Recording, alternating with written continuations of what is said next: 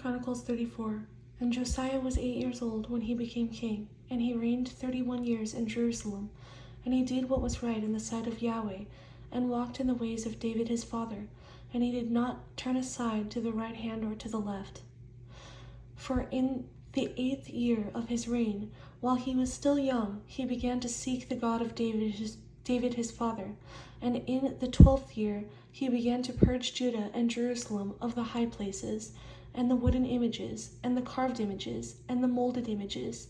And in the 18th year of his reign, when he had purged the land and the house, he sent Shaphan son of Azaliah, and Maaseiah the governor of the city, and Joah son of Joahaz the recorder, to repair the temple of Yahweh his God. And the king went up to the house of Yahweh with all the men of Judah, and the inhabitants of Jerusalem, and the priests, and the Levites, and all the people, great and small, and he read in their hearing all the words of the book of the covenant. Thus Josiah removed all the abominations from all the country that belonged to the sons of Israel, and made all who were present in Israel serve Yahweh their God diligently. All his days they did not depart from following Yahweh, God of their fathers. 2 Chronicles 35.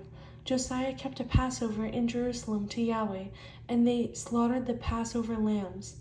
And the sons of Israel who were present at that time kept the Passover and the feast of unleavened bread for 7 days. Of the kings of Israel, none had kept such a Passover as Josiah kept.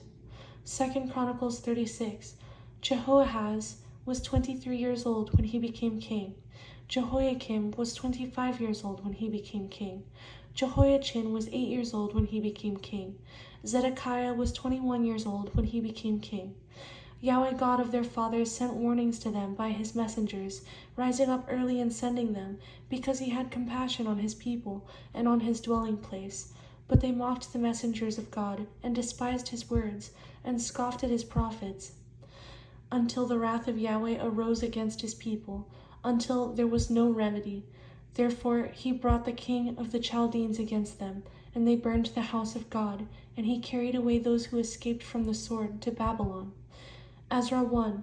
In the 1st year of Cyrus king of Persia, that the word of Yahweh by the mouth of Jeremiah might be fulfilled, Yahweh stirred up the spirit of Cyrus king of Persia, so that he made a proclamation throughout all his kingdom, and put it in writing, saying, Thus says Cyrus king of Persia, all the kingdoms of the earth Yahweh God of heaven has given me, and he has commanded me to build him a house at Jerusalem, which is in Judah. Who is among you of all his people? May his God be with him, and let him go up to Jerusalem, which is in Judah, and build the house of Yahweh God of Israel. He is God. Ezra 2. And some of the heads of the fathers' houses, when they came to the house of Yahweh, which is in Jerusalem, offered freely for the house of God to erect it in its place.